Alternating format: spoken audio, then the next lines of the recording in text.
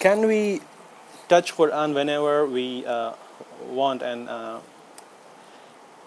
there are two types of interacting with Quran, interaction.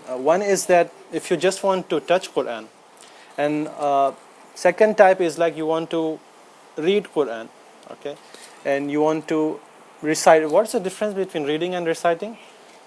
It's just that recitation, it's you do it without touching Quran. You do it from memory, for example. That is called recitation. Reading is you take a mushaf, you take a Quran, and then you read from it directly.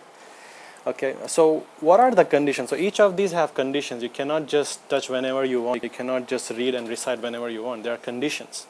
What are those conditions? But before we get into those conditions, we have to know that there are purification states that that men go through, the men and women go through. What are these? So when you have complete tahara, you make wudu and everything, you take shower, that's when you say you're completely pure.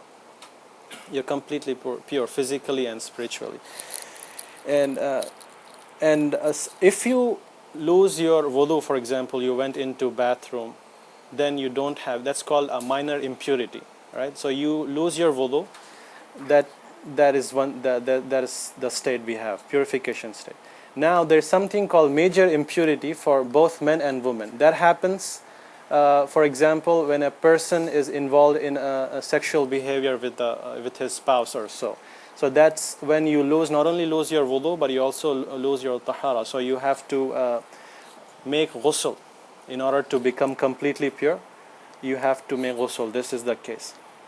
And there is another category that many scholars say that there is one more category when it comes to specifically Quran, as for sisters. That is major impurity for women only. So this is the state that only women can attain. That is their monthly cycles, a 7-8 days period, menstruation cycle. That is major impurity.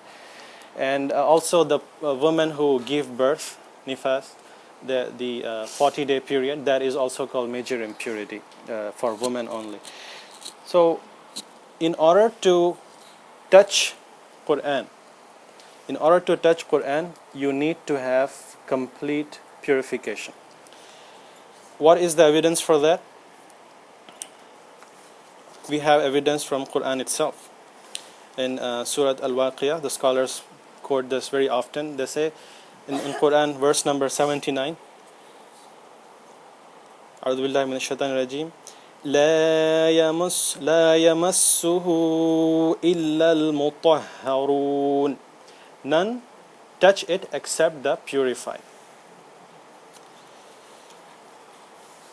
And we see that all the Sahaba, most of the Sahaba that I read about, and also the four Imams, Imam Shafi, Imam Hanafi, Abu Hanifa, Imam Malik, and Imam Ahmad ibn Hanbal, they all were of the opinion that you not only need to have the free from major impurity, but you also need to have wudu. That's a majority opinion. Some scholars say that, oh no, it only refers to be free from major impurity, so if you lose wudu, that's okay, but that's a very, very rare opinion. Sheikh Ibn Baz, Sheikh Ibn Uthaymin, all were of the opinion that you have to have wudu if you want to touch Quran. And if you want to,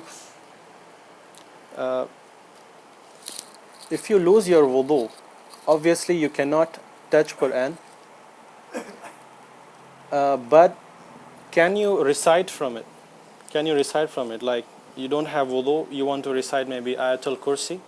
Can you recite it? Yes, you can recite it. There's no problem. But you cannot touch it. You cannot, hold it in your hands and read from the Quran. You cannot do that. And if you are for men and women, when they reach that major impurity, they cannot touch Quran, as we said, and they cannot even recite Quran.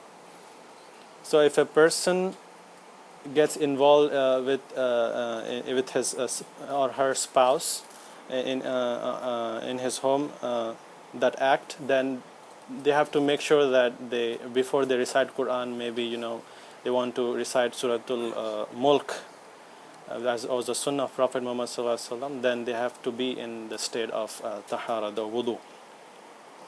So you cannot recite the Quran as well. And then, for example, you don't have complete purity. Can you like, if there is one Quran and that is misplaced, if it is misplaced, how are you going to move it? So what happens is sometimes you want to move it but you don't have purification. How can you handle that situation? So what you do is, a scholar said that it is here, I want to move it there. I take like a cloth or something and then wrap the Quran in it without touching it and then move. That is allowed. But you cannot directly touch the Quran by your hands if you don't have purification.